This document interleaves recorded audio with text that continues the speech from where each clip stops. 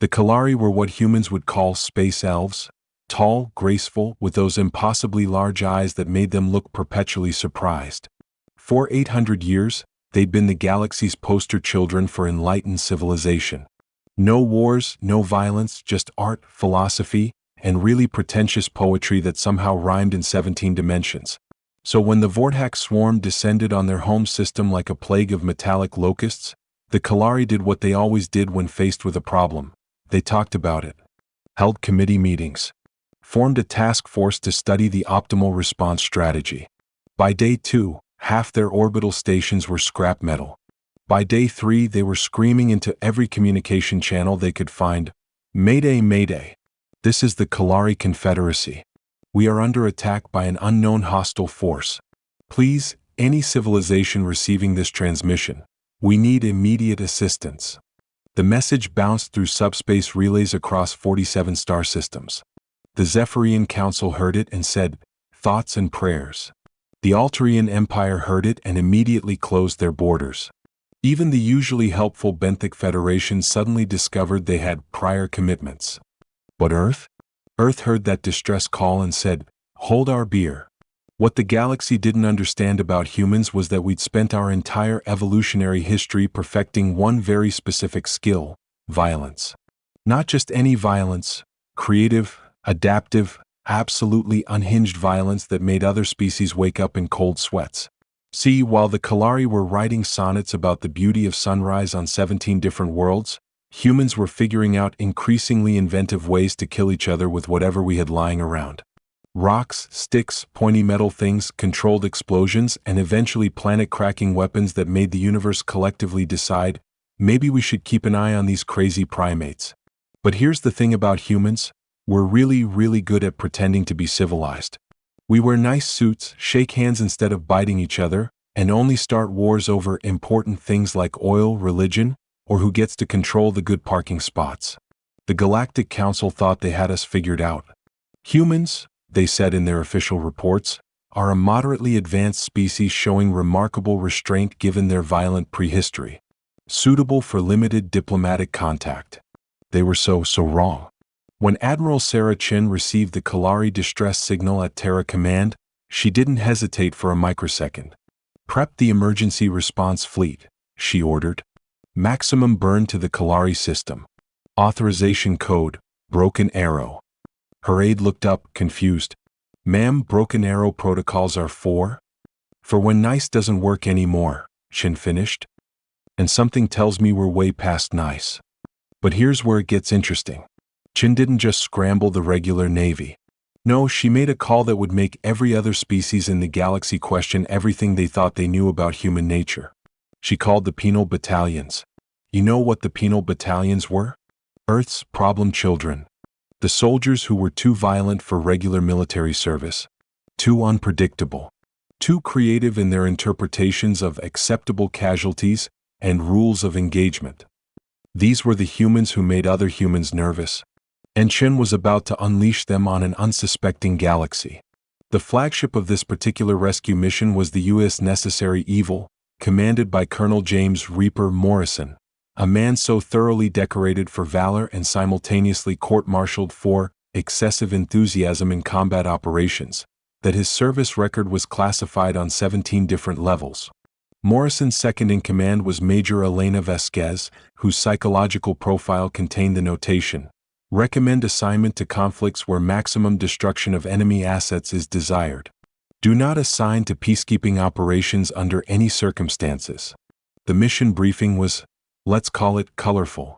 "All right, psychopaths," Morrison addressed his assembled battalion of society's most functional sociopaths.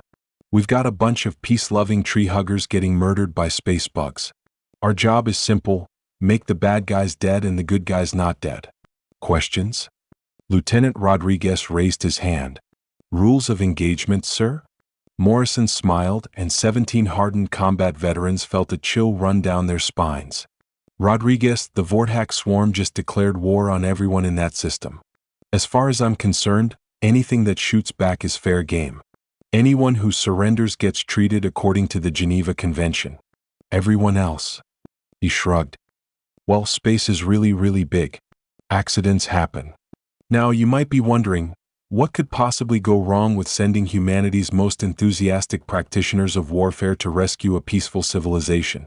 The Kalari were wondering the same thing when the human fleet dropped out of hyperspace.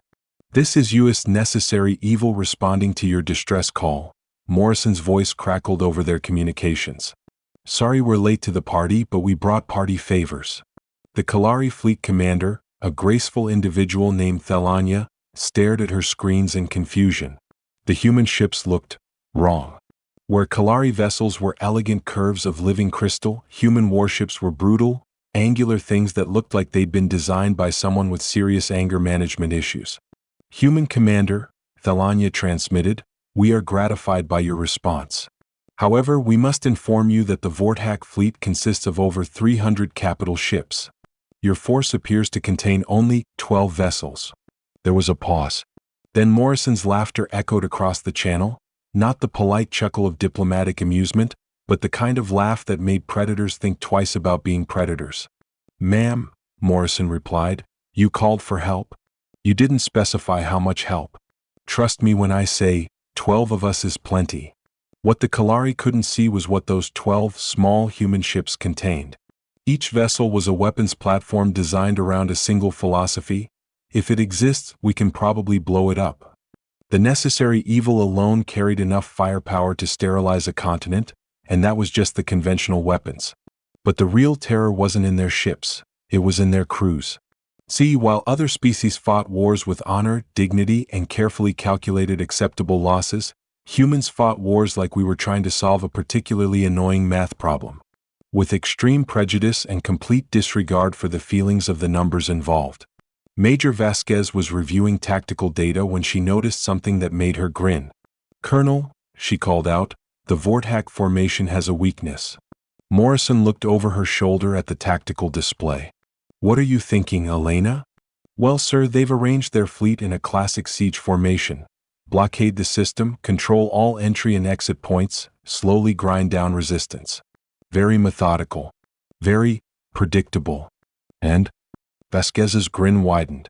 "They left their logistics ships in the back, completely undefended.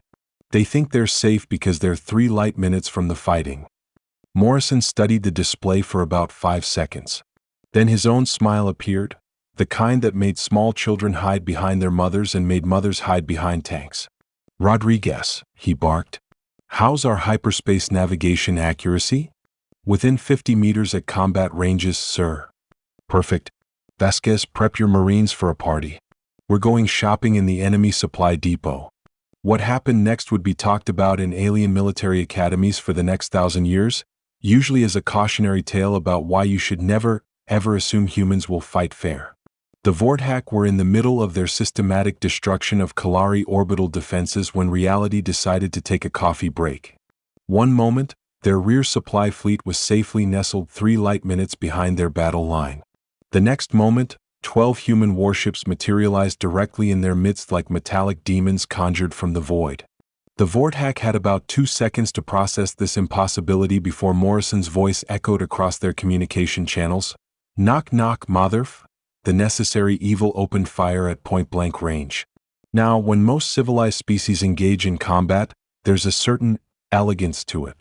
Measured exchanges of fire, tactical maneuvering, attempts to minimize collateral damage.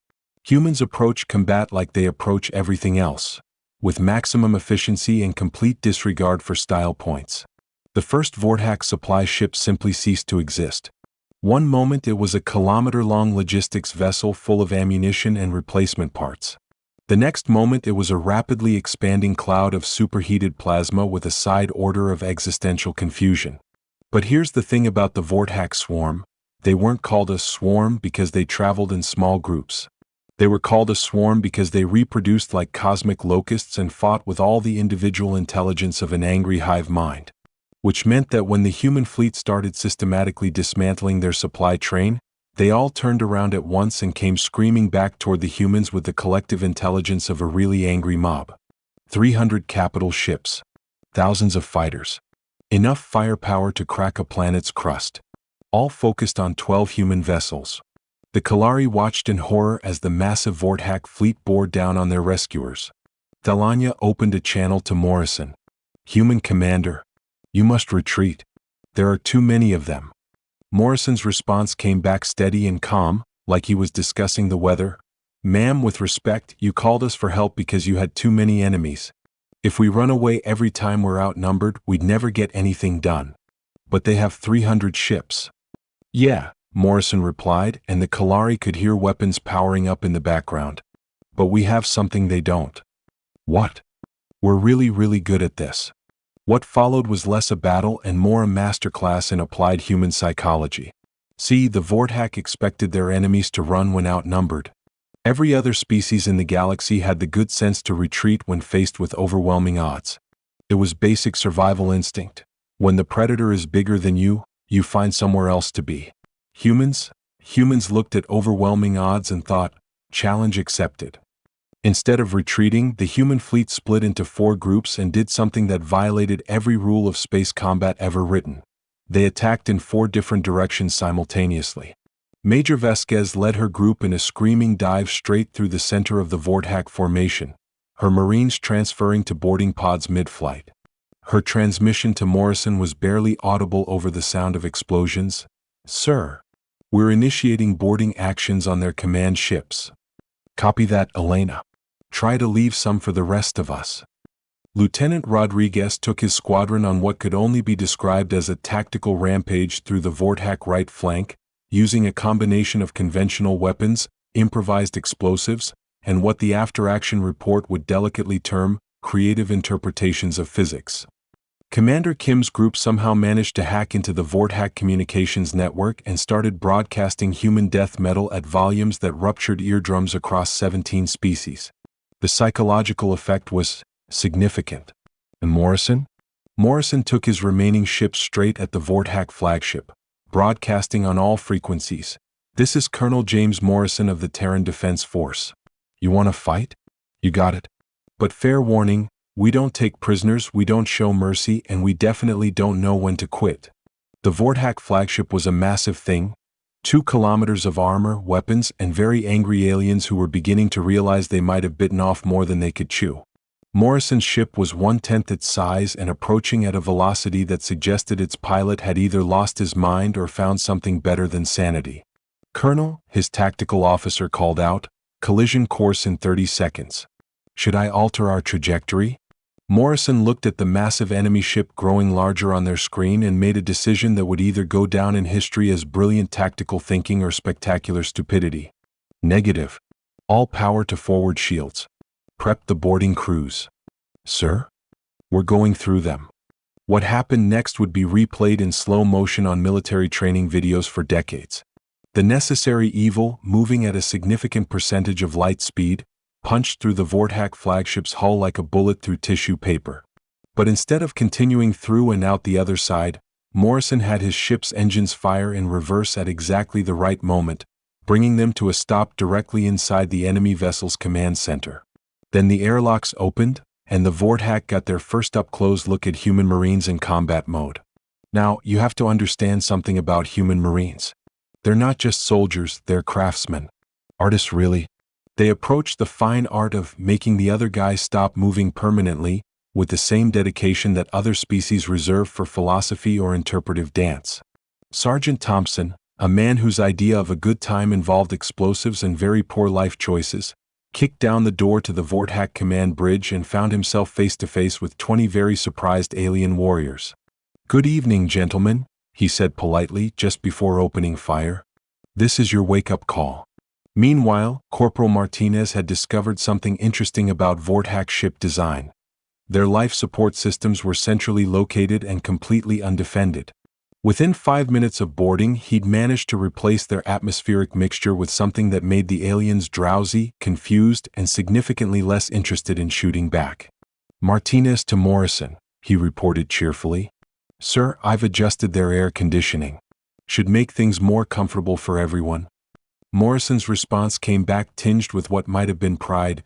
"Outstanding work, Corporal. Remind me to put you in for a commendation. Assuming we survive the next 10 minutes. But here's where things got really interesting. While Morrison's Marines were busy redecorating the Vortak flagship's interior with high explosives and small arms fire, Major Vasquez had discovered something troubling on one of the enemy command ships she'd captured. "Colonel," her voice crackled over the comm, tense with urgency. "You need to see this. I'm uploading the data now." Morrison glanced at his tactical display while simultaneously ducking under hostile fire. "What am I looking at, Elena?" "Star charts, sir. This isn't just a raid on the Kalari system. The Vortak have been planning a systematic conquest of this entire sector. 17 inhabited systems. Billions of civilians." Morrison's expression darkened. Around him, his Marines continued their enthusiastic renovation of the Vortak bridge, but his attention was focused on the implications of what Vasquez had found. "How long until they move on the next target?" "According to these timetables, 6 days, sir." Morrison made a sound that wasn't quite a growl but definitely wasn't a happy noise. "Vasquez, secure all the intelligence you can find." "Rodriguez, Kim, status report." Rodriguez's voice came back amid the sound of explosions. "Sir, we've neutralized approximately 60% of their fleet. But we've got a problem. Enemy reinforcements just dropped out of hyperspace. Looks like another 100 ships incoming fast." The Kalari fleet commander, Thelanya, watched in amazement as the small human force continued to tear through the Vortak fleet like a chainsaw through tissue paper.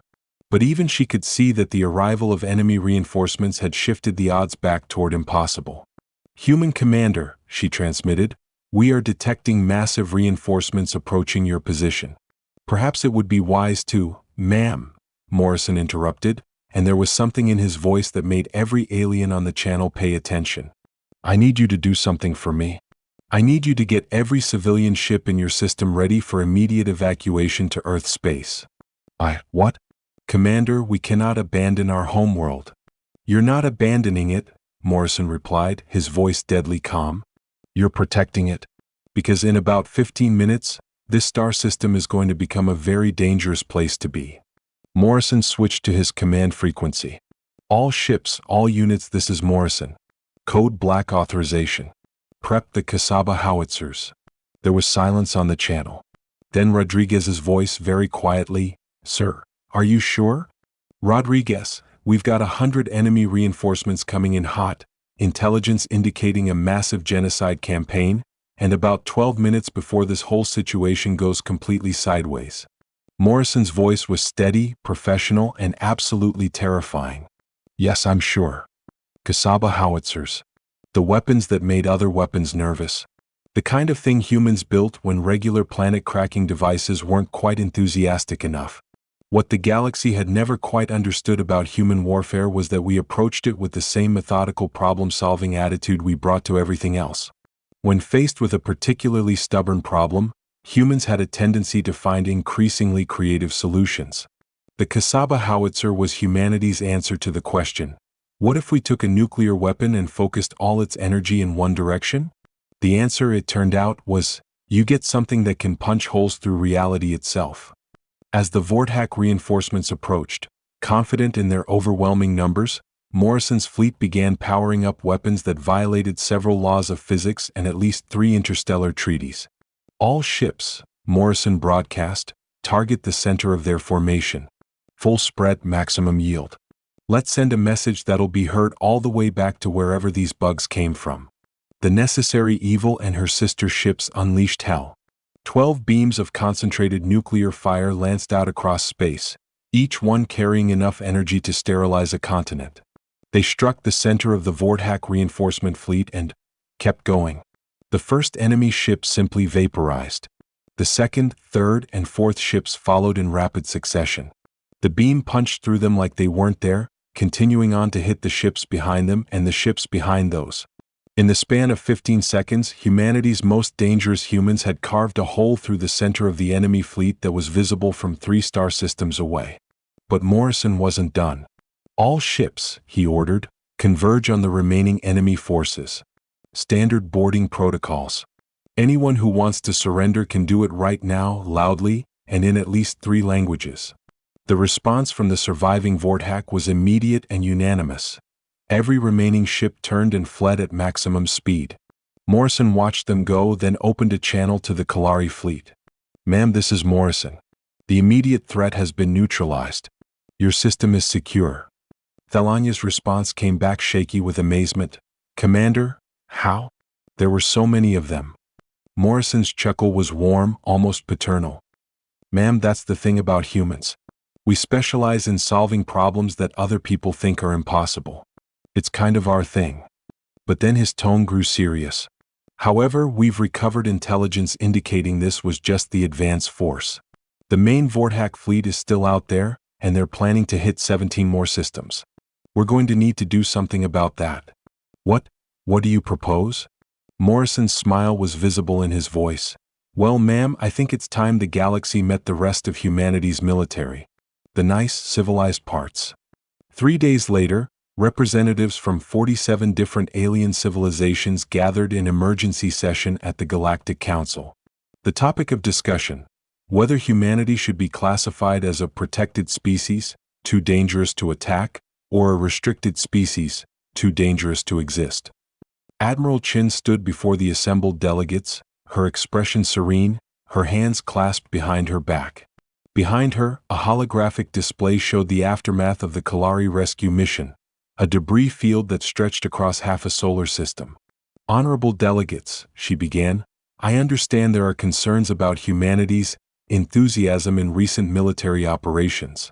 The Altarian ambassador stood up, his voice shaking. Admiral, your rescue mission consisted of 12 ships and resulted in the complete annihilation of a 400-ship fleet.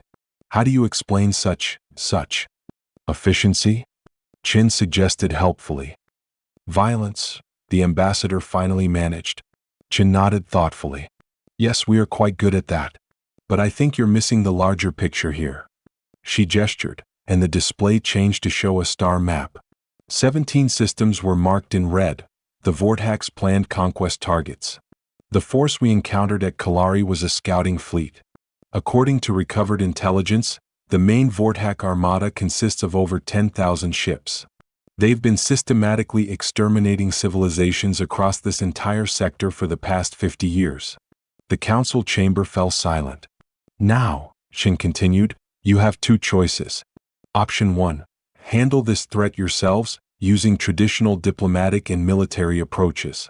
Based on historical precedent, I estimate you'll lose approximately 60% of your combined fleets and the Vortak will succeed in conquering at least half their target systems. She paused, letting that sink in. Option 2. Let humanity handle it. The Benthic Federation representative spoke up nervously. Admiral, what exactly does let humanity handle it entail? Chen's smile was absolutely terrifying in its friendliness. Well, the 12 ships I sent to Kalari were from our penal battalions, essentially military personnel too violent for regular service. We have approximately 40,000 more ships crewed by our normal military personnel. The silence in the council chamber was profound. And if that's not sufficient, Chen continued cheerfully, we can always activate our civilian defense fleets. Every human colony maintains its own protective force, staffed entirely by volunteers who consider warfare a hobby. Ambassador Thelania, representing the Kalari Confederacy, stood slowly. Her large eyes were bright with unshed tears, but her voice was steady. Honored Council, she said, 3 days ago my people faced extinction. Our children were dying, our cities were burning, and we had given up hope. She turned to face Admiral Chin. Then these humans arrived. 12 ships against 400. Impossible odds. And they didn't hesitate, didn't calculate the cost, didn't form a committee to study the problem. They simply acted. Her voice broke slightly. They saved us not because they owed us anything, not because they expected payment or gratitude, but because we asked for help and they couldn't say no. In my species' 800-year history, we have never encountered such reckless heroism, suggested the Zephyrian delegate. Courage, Thelania corrected firmly. Pure, selfless courage. She looked around the chamber at the assembled representatives of 47 civilizations. My people vote to support humanity's proposal. If the Vortak want to continue their campaign of genocide, let them face an enemy that fights like the universe itself depends on it. Admiral Chin nodded respectfully to Thelania, then addressed the council one final time. Delegates, I want to be absolutely clear about what we're offering. Humanity will locate and engage the main Vorthack fleet. We will end their threat to this sector permanently. We ask for nothing in return except the understanding that sometimes the universe needs people who are willing to do what others cannot. The vote was unanimous. As the session ended and delegates began filing out, many casting nervous glances at the human admiral, Chen activated her personal communicator. "Morrison here," came the familiar voice. "James, how's the refit going on your ships?" "Just finished installing the new toys, Admiral. The boys are itching for round 2. Chen smiled, looking out at the stars through the council chamber's massive viewports. Somewhere out there, the Vorthack were preparing for what they thought would be an easy conquest of 17 defenseless systems. They were about to discover what happened when you picked a fight with a species that had spent its entire evolutionary history perfecting the art of war. "Colonel, prep your battalion for extended operations. And this time, bring everyone." Morrison's laughter echoed through the comm channel. "Ma'am, with respect, the entire Penal Battalion Corps is 40,000 ships and 500,000 Marines who've been specifically selected for being too dangerous for regular military service." "I know. The Vorthack won't know what hit them." Chen's smile widened. "That's the point, Colonel. That's exactly the point." As the necessary evil and her sister ships disappeared into hyperspace, heading toward a rendezvous with Destiny and several thousand very surprised aliens, one thought echoed through the minds of every species in the galaxy. They had asked for help. They just hadn't specified what kind of help they wanted. And now the universe was about to learn why. When humans answered a distress call, the only real question wasn't whether they could win. The question was how much of the enemy would be left to surrender. The Vorthack High Command thought they understood what had happened at Kalari. Random encounter, lucky humans, statistical anomaly. Their strategic computers calculated a 97.3% probability that the next engagement would result in human defeat and the resumption of their conquest schedule. The computers had never met Fleet Admiral Catherine Void Walker Singh. Singh was the kind of human that made other humans nervous in elevators. She'd earned her nickname during the Titan Rebellion by successfully navigating a fleet through a collapsing black hole. When asked how she'd done it, her response was, very carefully and with an inappropriate amount of confidence. Now she stood in the command center of the UES Final Argument, humanity's newest dreadnought, watching tactical displays that would give most admirals nightmares. The main Vorthack Armada, 12,000 capital ships, 40,000 support vessels, and enough firepower to sterilize a galactic arm. Her response to these overwhelming odds? "Well," she mused to her staff, "at least we won't be bored." The human response fleet was different from what the galaxy expected. While other species built warships for efficiency, practicality, and reasonable operating costs, humans built them with the same philosophy they applied to everything else. What if we made it bigger, angrier, and significantly more likely to explode? The Final Argument alone was 3 kilometers of armored death, bristling with weapons that had names like Planet Cracker, Reality Adjuster, and the Apologizer, so called because it was polite enough to vaporize enemies so quickly they didn't have time to feel pain. But Singh hadn't brought just dreadnoughts. Her fleet included every type of warship humanity had ever designed, carriers full of fighters piloted by people who considered dogfighting a contact sport, stealth ships crewed by individuals who thought rules of engagement were more like gentle suggestions, and assault transports packed with Marines who'd volunteered for the mission specifically because it sounded entertainingly suicidal. General Marcus Overkill Washington commanded the Marine contingent, and his nickname wasn't ironic, it was a warning label. He'd once ended a siege by ramming his command ship directly through an enemy fortress, then personally led the ground assault while the wreckage was still smoking. "Admiral," he reported to Singh, "Marine forces are ready for deployment. We've got 50,000 volunteers for the boarding actions." Singh raised an eyebrow. 50,000? How many enemy ships are we expecting to capture intact? Washington's grin was the kind that made small children hide and made their parents start looking for exits. "Ma'am, with respect, I think you're asking the wrong question." "Which is?" "The right question is, how many enemy ships do we want to capture intact?" Singh considered this for exactly 3 seconds. "Washington, you and your Marines have carte blanche. Try to leave enough prisoners for intelligence gathering. Define enough, ma'am. Let's say, 1 per ship. That should be sufficient. Meanwhile, aboard the UES Diplomatic Solution, a name that had caused several galactic ambassadors to file formal complaints, Captain Lisa Maverick Chen was briefing her bomber squadron. "All right, people," she addressed a room full of pilots whose idea of precision bombing involved making sure the explosion was big enough to be visible from orbit. "Today's mission is simple. We're going to demonstrate to the Vortak Empire why picking a fight with humanity is a career-limiting decision." Lieutenant Torres raised his hand. "Captain, what are our target priorities?" Chen smiled, and several hardened combat pilots felt a brief moment of concern for the enemy. "Torres, I want you to think of the Vortak fleet as a really, really large piñata. Our job is to hit it until candy falls out." "What kind of candy, ma'am?" "The exploding kind." The briefing room erupted in appreciative laughter. These were people who'd chosen to strap themselves to controlled explosions and fly them at enemy warships for a living. Their definition of fun was somewhat different from most people's. But what the Vortak really didn't understand was the human approach to intelligence gathering. While other species sent spy ships and reconnaissance drones, humans sent Commander Alex Ghost Petrov and his Special Operations Division. Petrov was the kind of person who could infiltrate an enemy installation, steal all their classified data, plant listening devices in their coffee machine, and leave without anyone realizing he'd been there until weeks later when they found a note saying, "Thanks for the intel." Humanity, 3 days before the main fleet engagement, Petrov transmitted his findings to Admiral Singh. "Ma'am," his voice crackled through the secure channel, "I've got good news and bad news." "Give me the bad news first, Alex." "The Vortak main fleet is larger than we thought. 15,000 capital ships, not 12. They've also got some kind of new weapon they're calling a solar disruptor. Apparently it can destabilize a star's core." Singh frowned. "And the good news?" "Well, ma'am, they keep all their tactical data on a centralized network. I may have adjusted their navigation computers slightly." "Define slightly." Petrov's chuckle was barely audible. "Let's just say that when they try to jump to hyperspace, they're going to find themselves in some very unexpected locations."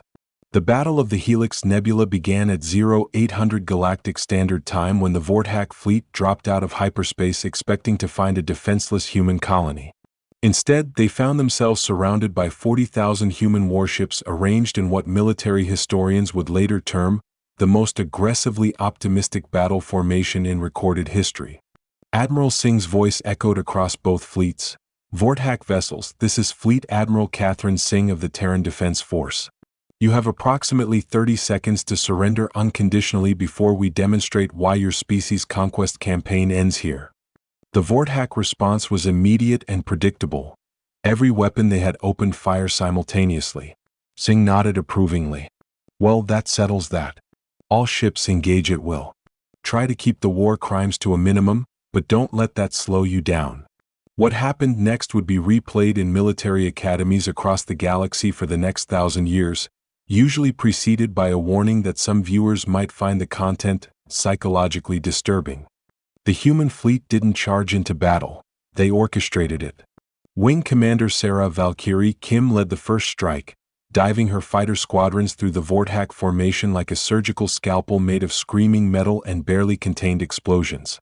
Her pilots flew with the kind of precision that suggested they'd been practicing their entire lives for this specific moment. Which, in a way, they had. "This is Valkyrie Lead."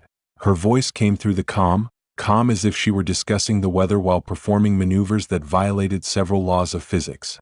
"Beginning attack run on enemy command ship. All wings follow my lead and try not to crash into each other. It's embarrassing." Her squadron dove toward the massive Vortak flagship, dodging defensive fire that could have leveled mountains. But these were human pilots, people who'd learned to fly by racing through asteroid fields for fun and considered certain death to be a challenge worth accepting. Lieutenant Rodriguez, Kim's wingman, somehow managed to thread his fighter through a gap in the enemy's defensive grid that was exactly 3 meters wider than his ship. His comment over the comm was characteristic. "Ma'am, I think I just set a new record for stupidest thing that actually worked." But the real show began when General Washington's Marines launched their boarding assault. 50,000 humans in powered armor, riding assault pods that had been designed by people who clearly had strong opinions about the proper application of kinetic energy, streaked toward the Vortak fleet like a meteor shower with anger management issues. Washington's pod hit the enemy flagship's hull with enough force to register on seismic sensors 3 systems away. His first transmission after breaching was characteristic. Breaching successful. Interior decorating has commenced. The Vortak had prepared for boarding actions by other civilized species. Organized resistance, tactical positioning, conventional small arms combat. They had not prepared for humans who approached ship-to-ship combat like a combination of demolition experts and interpretive dancers with explosives. Sergeant Major Martinez, a man whose idea of subtle infiltration involved shaped charges and loud music, found himself facing 20 Vortak warriors in the enemy ship's main corridor. "Gentlemen," he said politely just before activating his armor's integrated weapons systems, "this is your eviction notice." But Admiral Singh wasn't just managing a battle. She was conducting a symphony of destruction with the precision of a master musician. "Captain Thompson," she transmitted to the UES stern disapproval, "take your battle group and demonstrate our new gravitational manipulation technology on their left flank." "Copy that, Admiral." "Engaging artificial black hole generators." "Captain Martinez, your carriers will provide close air support for the boarding actions. Try not to shoot our own people." "Ma'am, we'll do our best, but no promises if they don't wear the proper identification tags." And to Commander Petrov, "Alex, activate our little surprise in their navigation systems." What followed was a textbook demonstration of why humans had spent centuries perfecting the art of warfare.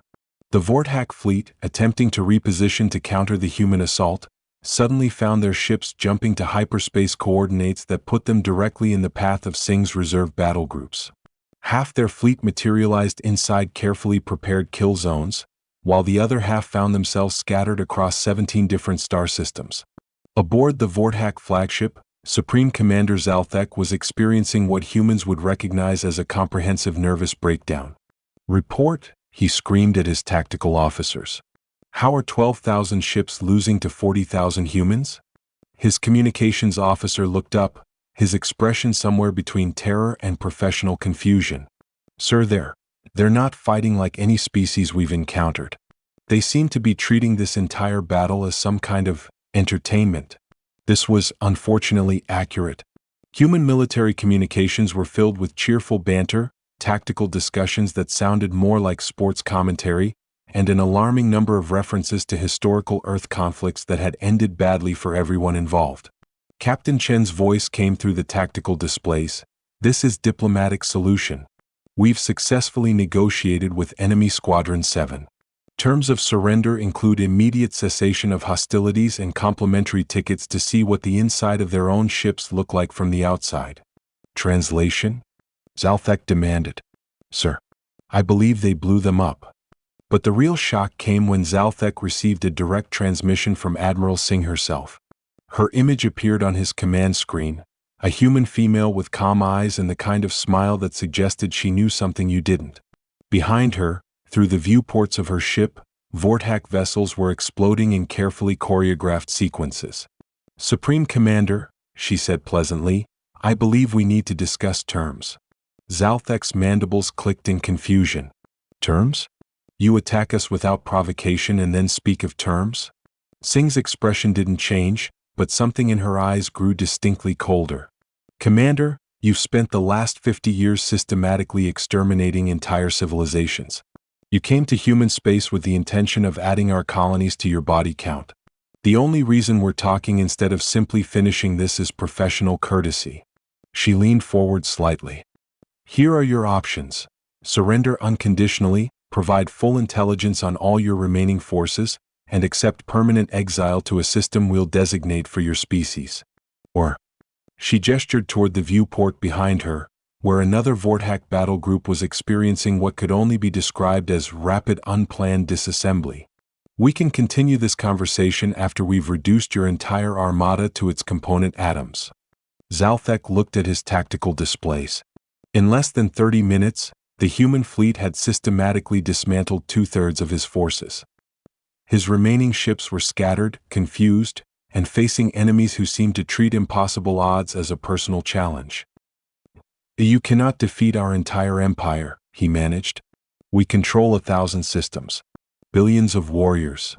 Sing's smile widened, and Zalthek suddenly understood why other species spoke of humans in whispers. "Commander, what you're seeing here represents approximately 8% of humanity's total military capability. We have colony defense fleets, reserve forces, and civilian militia groups that would consider your entire empire to be an interesting weekend project." She paused to let that sink in. "But more importantly, you've just provided us with an excellent reason to test our new long-range strategic weapons. Tell me, have you ever heard of something called a stellar engineering project?" The color drained from Zalthek's face. Every species in the galaxy had heard rumors of human stellar engineering, the ability to move stars, create artificial black holes, and perform other acts that bordered on the godlike. "You wouldn't?" "Commander, yesterday your species was planning to exterminate 17 civilizations. Today you're sitting in the wreckage of what was supposed to be an unstoppable armada, negotiating with a species that considers this level of destruction to be a good warm-up exercise." Sing leaned back in her command chair. "What exactly do you think we wouldn't do to protect innocent civilians?" The surrender came not from Zalthek, but from his own officers. "Supreme Commander," his tactical officer said quietly, "enemy boarding parties have secured 60% of our remaining vessels. Our logistics fleet has been completely destroyed. And—" he paused, consulting his instruments. "Sir, they've somehow managed to hack into our fleet's entertainment systems and are broadcasting what they call victory music on all frequencies." Indeed, the distinctive sounds of human military marches were echoing through Vorthack ships across the battlefield, accompanied by cheerful human voices providing play-by-play commentary on the ongoing destruction. "This is Captain Rodriguez aboard the Extreme Prejudice," came one transmission. "We've just witnessed a truly spectacular display of applied physics courtesy of the UES diplomatic solution. I'm awarding style points for the synchronized explosions and bonus points for making it look easy." Zalthek's communications officer looked up. "Sir, we're receiving surrender offers from our own fleet commanders. They're afraid the humans will get bored and start using more creative weapons." "More creative?" Zalthek asked weakly. "Sir, according to intercepted communications, they haven't used any of their Planet Cracker-class weapons yet. Apparently they were concerned about damaging the local stellar environment." Admiral Singh accepted the Vorthack surrender with the same professional calm she'd shown throughout the battle. "Supreme Commander," she told Zalthek, "your surviving forces will be escorted to a designated system where your species can contemplate the career decisions that led to this moment. You'll be provided with sufficient resources to maintain your civilization, but any attempt to expand beyond your designated boundaries will result in administrative corrections." "And if we refuse?" Singh's smile was genuinely warm and absolutely terrifying. "Commander, we've just demonstrated what 40,000 human warships can accomplish in 36 minutes. Would you like to see what happens when we bring 1,000,000 ships and take our time?" The formal surrender was signed 17 minutes later. 3 days after the battle, representatives from the Galactic Council toured the battlefield aboard the UES Final Argument. What they saw would change interstellar politics forever. Ambassador Thelanya of the Kalari stood on the observation deck, looking out at the debris field that had once been the most feared military force in the galaxy. "Admiral Singh," she said quietly, "my people owe you a debt that can never be repaid." Singh joined her at the viewport. "Ma'am, with respect, you don't owe us anything. This is just what we do." "What you do?" "Ma'am, in human culture, there's an old saying, the only thing necessary for evil to triumph is for good people to do nothing." Singh's expression was thoughtful as she watched the recovery ships collecting survivors. "The Vorthack spent 50 years murdering civilizations because nobody stopped them. We stopped them." Thelanya was quiet for a long moment. "Admiral, the other species are afraid of you now. They're saying humanity is too dangerous, too violent, too unpredictable." Singh chuckled. "Ma'am, they're probably right. We are dangerous. We are violent when we need to be. And we're definitely unpredictable." She turned to face the Kalari ambassador. "But we're also the species that will drop everything and cross half the galaxy to help people we've never met, simply because they asked for help." We're the species that will face impossible odds because someone needs to, and we're too stubborn to quit. Singh looked back out at the stars. The galaxy can be afraid of us if it wants, but it should also know that as long as humans are around, nobody fights alone. As the human fleet prepared to return to Earth space, Admiral Singh received a priority transmission from Terra Command. "Admiral," came Admiral Chen's voice, "excellent work on the Vorthack situation. However, we've received intelligence that may interest you." "What kind of intelligence?" "It seems the Vorthack were not acting independently. Our interrogation of their command staff has revealed the existence of something called the Harvest Coalition, a multi-species alliance dedicated to the systematic extermination of all inferior civilizations." Singh felt a familiar chill. "How many species are involved?" "At least 12, possibly more." "And Admiral, they've been watching our operations against the Vorthack. They know about our capabilities now." Singh looked out at her fleet, 40,000 of humanity's most advanced warships, crewed by 500,000 people who'd just proven they could face impossible odds and turn them into routine victories. "Admiral Chin, what's our fleet readiness status?" "Ma'am, after the Vorthack engagement, crew morale is at an all-time high. The Marines are actually requesting permission to volunteer for the next mission, and our pilots have started placing bets on who can achieve the most impossible aerial maneuvers." Singh smiled. "And the civilian defense fleets?" "Ma'am, every human colony has formally requested permission to join the fight. Apparently, word has spread that we're taking on galactic bullies and nobody wants to miss the party." Singh nodded slowly. "Admiral, send a message to all human colonies and outposts. Tell them to prepare for extended operations." "Ma'am?" "It seems the Vorthack were just the appetizer. The main course is about to be served." As the human fleet disappeared into hyperspace, heading toward a rendezvous with destiny and several very surprised alien empires, a new message began broadcasting across all human frequencies. "Attention, species of the Harvest Coalition. This is Admiral Catherine Singh of the Terran Defense Force. You have spent decades terrorizing innocent civilizations and murdering billions of people. You have declared yourselves the arbiters of who deserves to live and who deserves to die." Her voice was calm, professional, and absolutely implacable. "We disagree with your assessment, and we're coming to discuss it with you." The message ended with coordinates, a star system at the edge of Coalition space. "See you soon."